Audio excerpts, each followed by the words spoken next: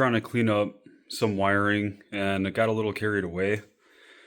Uh, I want to repaint the interior white because it's been about 8 years since I painted it, and it's crusty. So I got the seats out, dashes out. You can see all the factory wiring that I left in here. When I gutted this, I did not want to do a separate chassis harness, pretty much due to money and lack of knowledge. And that was like 9 years ago. So I have everything torn apart. I am going to do a rear mount radiator this off season. I have the electric water pump. The radiator is on order, and I'm really looking forward to that because I got the Davies Craig controller, and I know I can control everything through my Link ECU, but I wanted just a separate controller for this. Main reason for that is because when the car is off and I have no power running to the ECU, the fans and the water pump will stay running for 3 minutes after I shut it off to help with heat soak. That is a huge reason why I went with that. I guess I could have did something with the ECU, but I decided to get the controller instead. It was a couple $100, and it kind of simplifies everything. And as you can see, I had a sub harness coming off of the Link ECU for the expansion loom that I'm running my my fuel pump, or my fuel pressure sensor, my ethanol content sensor, and a few other sensors. And I had it just kind of sitting in here because when I wired it up, I wanted to make sure it all worked. Well, guess what? I did not clean it up, and that is what I'm doing now. So I made this little harness. I still have to route it and make sure everything looks nice. This goes inside for the wideband, and if you come over here, again, you can see all the factory wiring. I'm going to try to thin this out. I do not have the funds for a Switch Pros switch panel and module right now. I would like to eventually purchase one, but that's just really not in the budget right now. I'm trying to get this thing ready for Pro-Am, either Great Lakes or ND Drift, and I'm not swing that. So I have a Griffin radiator on order right now. I'm really looking forward to running a rear mount, especially because engine bay room in these cars, it's hard to come by. Even just removing this radiator is going to give it a decent amount of room. I can run an actual shroud, which I'm really looking forward to because I don't have room here. If that fan was any further back, it'd be touching the water pump pulley. So yeah, I got a Davies Craig water pump right here. What else did I get? I got the fire suppression system, ordered some new lines, and I went with a fire bottle from Pegasus Auto Racing because they're fucking awesome. So here's the bottle. I'm planning on mounting it behind the driver's seat. I don't know, that might change. But I need to pretty much cut all this out, get this window removed back here. Well, we done did it. Done fucked up. And get the windshield removed because I want that all removed for painting. All right, well, I got a lot more stuff done in the inside of the car. I got a lot of the factory wiring out. I still need to remove that module. It's still looking crusty. I cannot wait to clean this up and paint it. So I took that out, little partition there. I'm gonna have to move the battery because of the radiator is gonna go somewhere around there. And then I need to start taking this rear speaker shelf off and this kind of rear firewall thing on the sides, because that's where I'm going to be building the partition. So yeah, that is the update for now. You can see the wiring back there that I took out. I'm just going to keep plugging away at this. So I cut this shelf out. I'm going to work on getting all the seam sealer out so I can grind out the spot welds and take all that out. And then I get to start working on actually building the firewall. Radiator should be here in the next week, and I'll be able to get started on mounting it up, building the firewall. I took the battery tray from right there. I might put it behind the passenger seat, we'll see. Alright, sorry, I got the heater going right now. This is the progress so far. I have that rear firewall factory thing out. I have what I needed stitch welded, and I cut out the little X brace right there. I am gonna have to notch right here to get the quick change, the FDF quick change mount proper up there. Unfortunately, I'm gonna have to box in these rear subframe mounts. That shouldn't be too bad. And yeah, this is where I'm at right now. I'm about to cut the frame rails. That one's a little messed up from prior hits, but we should still be able to make it work. Here is the progress so far. I went ahead and cut both of the frame rails out, and I'm going to attempt to kind of bend that one back a little bit. We'll see, but I don't know if I want to keep them that far out. All right, it is the next day. I'm getting ready to weld up the rear structure. This is going to be the end portion of it. This is the tubing that's going to be welded to the frame rails. So that's going to be, that has 14 gauge. And this is 16 gauge right there. So I'm getting ready to weld here, and then the other side, and then I'll go ahead and cut it, and then I'll be able to make my angled pieces right here.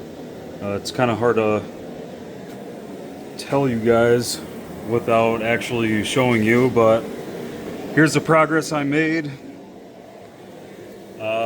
This, I had to cut this out because of the FDF quick change kit, so I have that cut out, and this right here is where I'm gonna weld that that bar to, and that's gonna be the base of it, and then it's gonna come out right there, right there.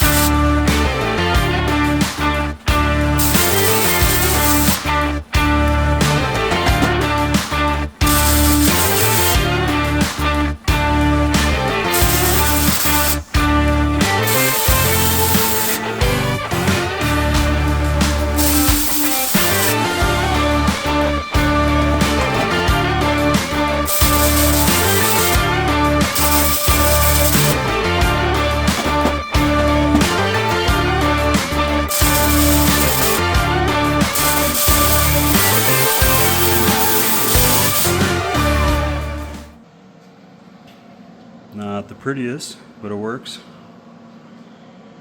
And here's my line where I'm gonna cut. Other side.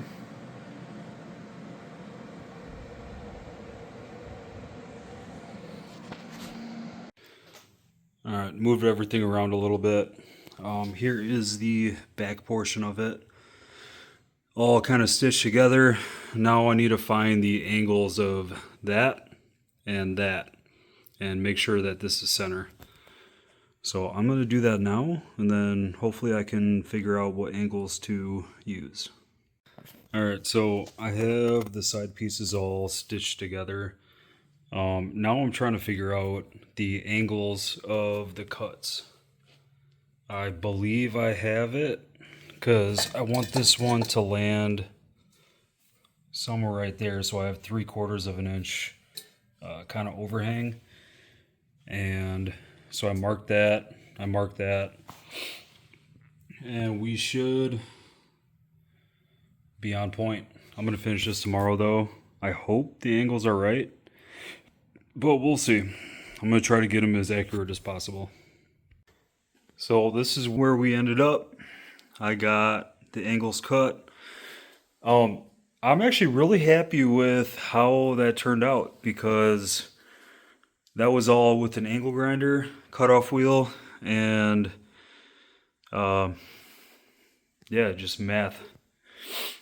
So that is exactly where I wanted that to be, 3/4 of an inch on both sides. And this is all welded in. And yeah, I'm really happy with that. So I think what I'm going to do is weld that to the frame rails first, and then weld this on. I think that'll be a lot easier, especially to balance and everything. But yeah, it turned out pretty good. Here it is from the underside. I am a mechanic. I don't fabricate. This is my first time doing something like this. And honestly, I'm pretty happy with it. It could have been a lot worse, and it could have been a lot better, but I don't know. Exactly how I envisioned it,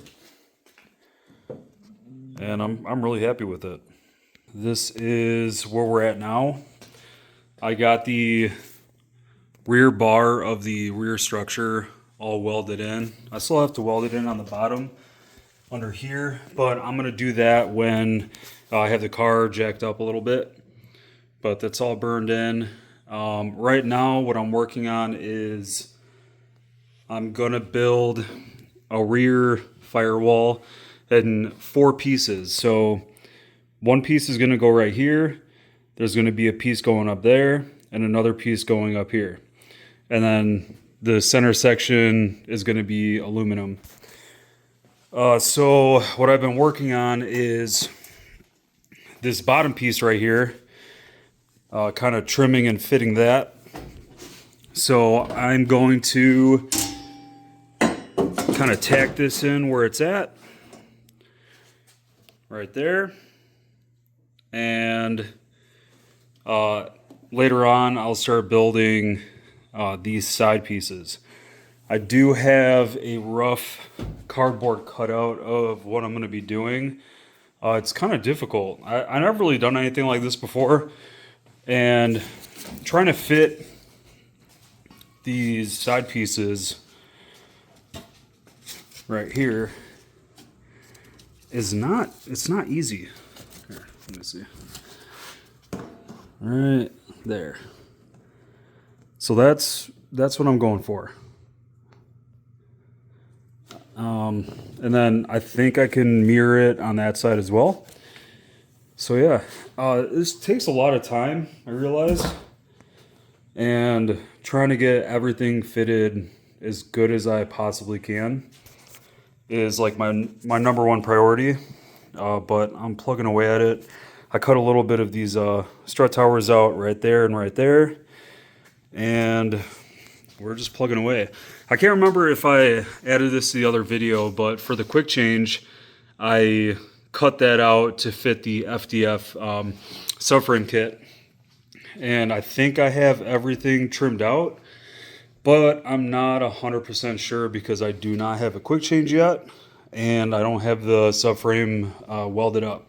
I need the subframe with the quick change kit already welded in, so I know how much I'm gonna have to cut off. But I'm pretty sure I cut most of it off.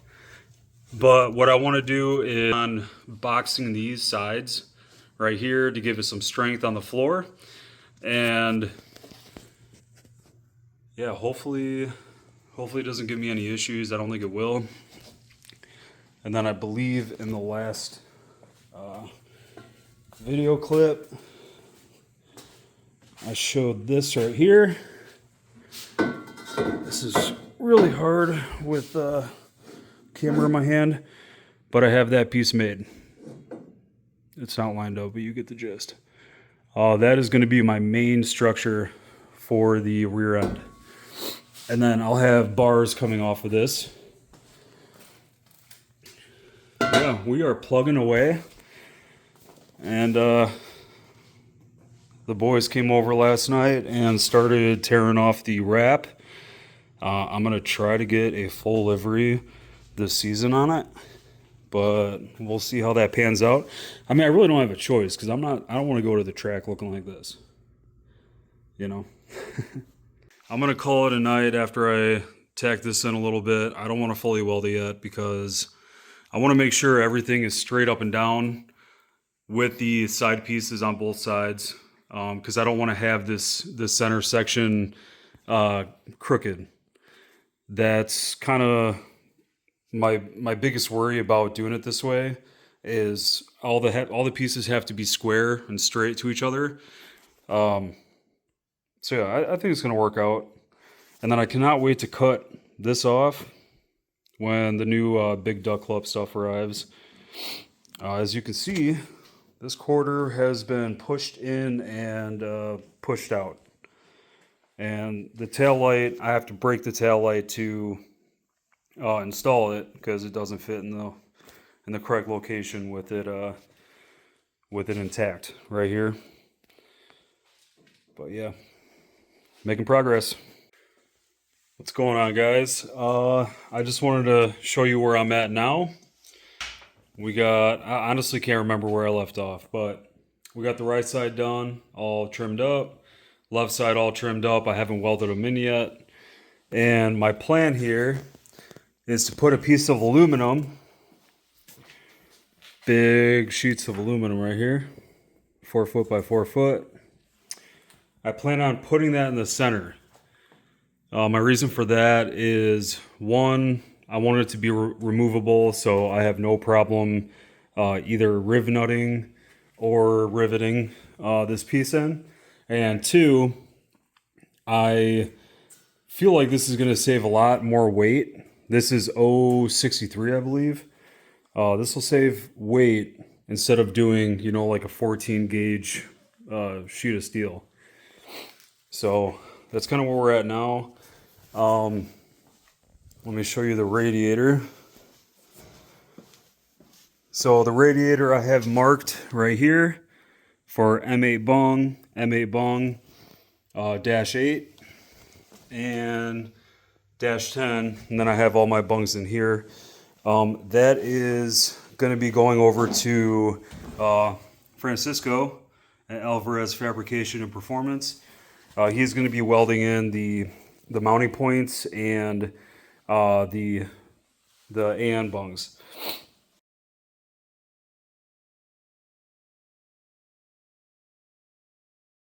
I was working on the shroud mounting. What I came up with was I have some M5 riv nuts right there, and so I drilled these 3 holes to mount it. The core is a little bent. It's a little warped, so it goes up right here. I wanted to make sure that I got it center on the actual radiator. So that's why that hole is off center. Same with, actually no, that's the only hole off center. And then for the bottom, what I did was I cut it and I bent these tabs up so that when I'm putting this shroud on, I just hook it from the bottom, fold it over, and then bolt it at top. I think it will be fine. We'll see. If it's not fine, like I can always have Francisco weld me up some tabs to mount the radiator good. But yeah, I mean that's where I'm at now. I would really like a TIG welder, but it's really not in the budget, especially with doing all this. And I like to leave it to the professional.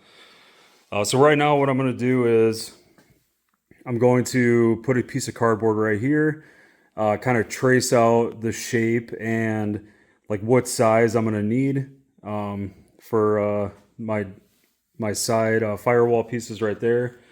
And then I'm not really sure how the little hump is going to go. I don't want to do it straight across. I want to have a little bit of a kind of like a rainbow. I don't have my factory glass that shattered. Yeah, I guess I'll figure it out. I think maybe like 3 inches from the center flat, so 3 inches up, and then I'll draw like kind of. I have no idea. Oh, well, I'll figure it out. And then next will be to weld in these reinforcement plates from NerpTech. I've been running NerpTech stuff in my car for like probably the last 11 years. You can see NerpTech lower arms. I got the NerpTech upper arms. And a bunch of other stuff that's just kind of riddled throughout the car. Chaz is a really awesome dude, and I fully support his business. So let's see. So this, and yes, I have a big dent in my fucking strut tower, but I'm not going to take care of that. We'll see. So we got that. Then you plate this up, kind of like that, and you weld it in. And then I have a bar to go across that I'm going to weld in. Bar is right there. I haven't really been doing a lot of filming and working at the same time because I feel like I only have a limited amount of time to get this done. I know it's right now it's like late November, but it seems like I have a lot of time, but I don't, because I can really only work on this maybe like an hour a night, if that. So I'm trying to get as much as I can done and as fast as I can. So like these little updates and showing you like pretty much exactly how I have done stuff is really all I can do right now. In the future, I would like to show like how I'm doing stuff, me working and all that. But right now I'm pretty pressed on getting this done. We're still waiting for the QuickTime bell housing for the dog box, and so it's easier for me to index that. I'm going to go ahead and pull the engine after I get all this rear stuff done, and that way it's easier to measure a bunch of stuff like the throwout bearing air gap and indexing the bell housing, being able to rotate the engine around. And have my dial indicator in there, and then kind of making sure that the box goes on without any issues whatsoever. That's a huge priority of mine, is that I want everything to go in very, very smooth. I don't want anything binding, because I had heard of nightmares in the past of people trying to force them in, or the throwout bearing is not centered completely on the input shaft, and I'm trying to prevent that. I spoke with Rome, and I'm very happy he actually gave me some advice about centering the throwout bearing to the input. And I will show you what they look like. So over here, we have that 3D printed piece. This slips over the input shaft, and then the throwout bearing is right here. You do this with the bell housing on or bolted to the dog box, and what it does is it centers the throwout bearing to the input shaft on the bell housing, if that makes sense. So it's not crooked and trying to release the clutch teeth at an angle. So that's what I'm going to use that for, but we're still waiting on the quick change. We're still waiting on the bell housing for that. And right now I'm just kind of plugging away at this.